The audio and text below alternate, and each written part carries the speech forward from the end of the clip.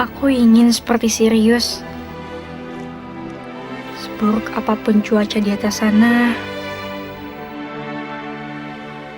dia tetap bersinar terang.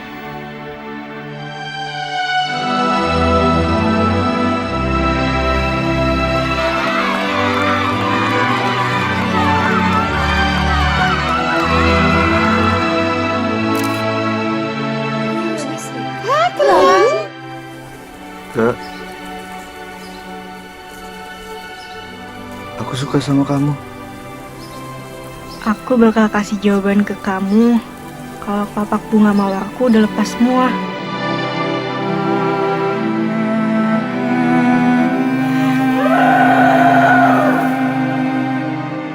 Apapun sakitnya Keke, akan Papa cari obatnya. Keke tuh cuman kesel, Pak. Kenapa sih sakit mata tuh sampai segini merananya?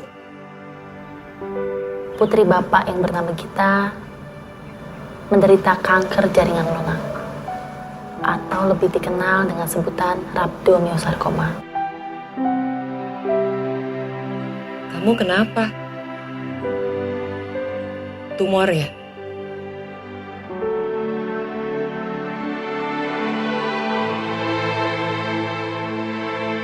Kenapa sih? Nggak coba sekali aja ikuti omongan aku.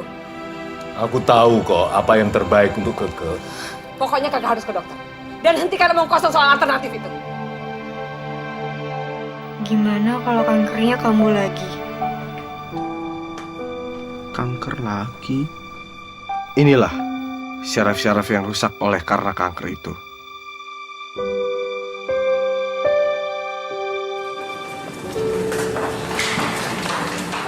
Keke harus kuat. Jangan mau kalah sama penyakit. Anda ini seorang dokter, spesialis yang berpengalaman.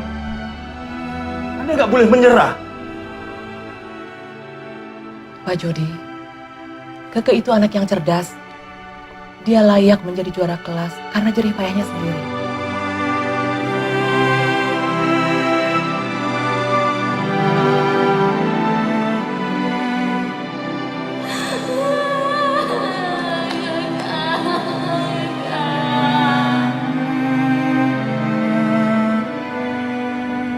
Pokoknya, sebelum waktunya tiba nggak ada yang boleh sedih.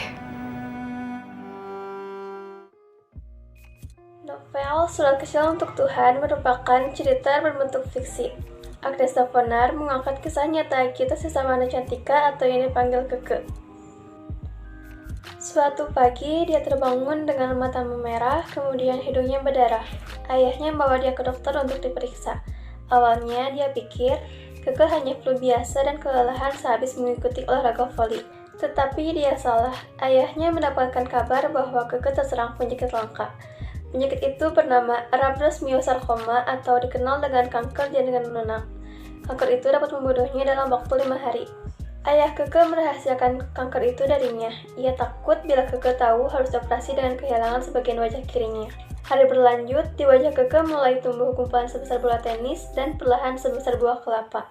Keke menangis, tapi tidak ada yang mau memberitahu penyakit apa yang ada di wajahnya. Keke jalani hidupnya senormal mungkin, namun kanker itu menghalangi langkahnya. Keke tidak ingin menangis dan berpikir dia sakit, walau dia sadar bahwa hidupnya tidak akan lama lagi. Tuhan memberikan nafas panjang padanya untuk bertahan selama 3 tahun dari penyakit ini. Keke pun menulis surat kecil pada Tuhan, semoga tidak ada lagi orang yang mengalami hal yang sama dengannya. Berikut ini adalah surat kecil untuk Tuhan yang ditulis oleh Keke. Temanya yakni perjuangan hidup demi meraih cita-cita dan impian. Alurnya yakni alur maju karena peristiwa disajikan secara kronologis. Dari tahap penyesuaian konflik, peningkatan konflik, klimaks, dan penyelesaian. Latarnya yakni lebih dominan di daerah Jakarta. Latar waktu yakni pagi, siang, sore, malam, bulan, jam, hari, dan latar sosial yakni status sosial masyarakat menengah atas. Tokoh dalam novel Surat Kecil untuk Tuhan. Yang pertama ada Keke sebagai pemeran utama, digambarkan sebagai sosok yang sabar, pantang menyerah, baik, pandai, dan tabah. Yang kedua ada Jody, yaitu ayahnya Keke, digambarkan sebagai sosok yang sabar, baik, dan selalu berusaha, seorang ayah yang bijaksana dan perhatian pada ketiga anaknya. Yang ketiga ada Andi, digambarkan sebagai sosok yang sabar, baik, dan penyayang. Yang keempat ada Pak Ius, digambarkan sebagai sosok yang setia pada keluarga Keke, baik, penyabar. Yang kelima ada sahabat-sahabat Keke, digambarkan sebagai sosok yang baik, setia menemani Keke sampai akhir. Kak Kiki sebagai sosok yang pandai dan suka bercanda dan sedikit jahil kepada Keke. Yang ketujuh ada Bibi sebagai seorang pembantu rumah tangga yang perhatian dan baik kepada Keke. Yang kedelapan ada Angel, digambarkan sosok yang sombong, norak, dan suka mengejek bersama teman. Yang ke-10 ada Profesor Muklis, digambarkan sebagai sosok yang baik hati dan seorang profesional yang ahli dalam bidang kanker. Sudut pandang yang dipakai dalam novel ini adalah sudut pandang orang pertama. Bahasa yang dipakai di dalam novel ini adalah gaya bahasa ironi, yaitu majas yang menyatakan makna yang bertentangan, dan gaya bahasa oksimoron adalah pengungkapan yang mengandung pendirian atau pendapat terhadap sesuatu yang mengandung hal-hal yang bertentangan. Amanat yang terdapat dalam novel Surat Kecil Untuk Tuhan yaitu yang pertama, jangan mudah menyerah untuk menjalani hidup ini meskipun harus menderita penyakit kanker. Yang kedua, tetap rajin belajar dan menuntut ilmu pada keadaan apapun selama kita masih mampu untuk bernafas. Dan yang ketiga, tetap berusaha untuk membahagiakan orang-orang yang ada di sekitar kita. Yang pertama itu nilai agama. Nilai agama yang terkandung yang pertama itu beriman. Data yang ditemukan dalam novel ini yaitu saat Keke meminta sekolah di Al-Kamal. Dia ingin memperdalam ilmu agama Islamnya dan memperlancar membaca Al-Quran. Yang kedua yaitu berdoa kepada Tuhan. Keke selalu berdoa kepada Tuhan seperti yang ada dalam kutipan, "Aku hanya bisa berdoa kepada Allah, semoga yang aku khawatirkan tidak terjadi." Itu membuktikan bahwa Keke selalu berdoa kepada Tuhannya. Yang ketiga yaitu sholat. Keke selalu melaksanakan sholat 5 waktu dengan tepat waktu. Unsur ekstrinsik yang kedua yaitu nilai moral. Nilai moral yang terkandung dalam novel ini yang pertama itu kesabaran. Keke selalu menyikapi segala sesuatu dengan sabar. Dan yang kedua itu keikhlasan. Keke juga menerima penyakit kanker itu dengan ikhlas. Yang ketiga itu tanggung jawab siswa terhadap pendidikan. Keke dan teman-temannya selalu saling mengingatkan untuk belajar dan mengerjakan tugas. Unsur ekstrinsik yang ketiga yaitu nilai sosial.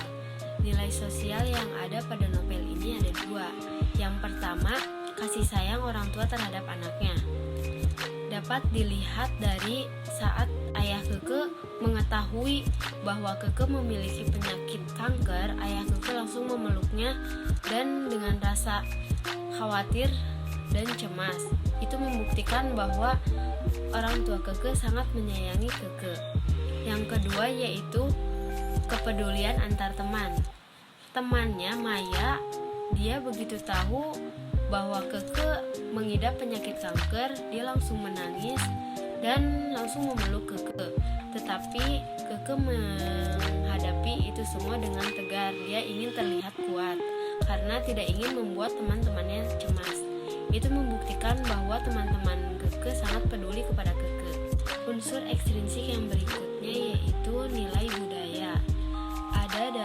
Ada pada sebuah kutipan, "Kami pun membeli rambut palsu di WTC ternama di Jakarta." Itu menunjukkan bahwa ada nilai-nilai budaya di daerah Jakarta, yaitu budaya anak remaja di Jakarta.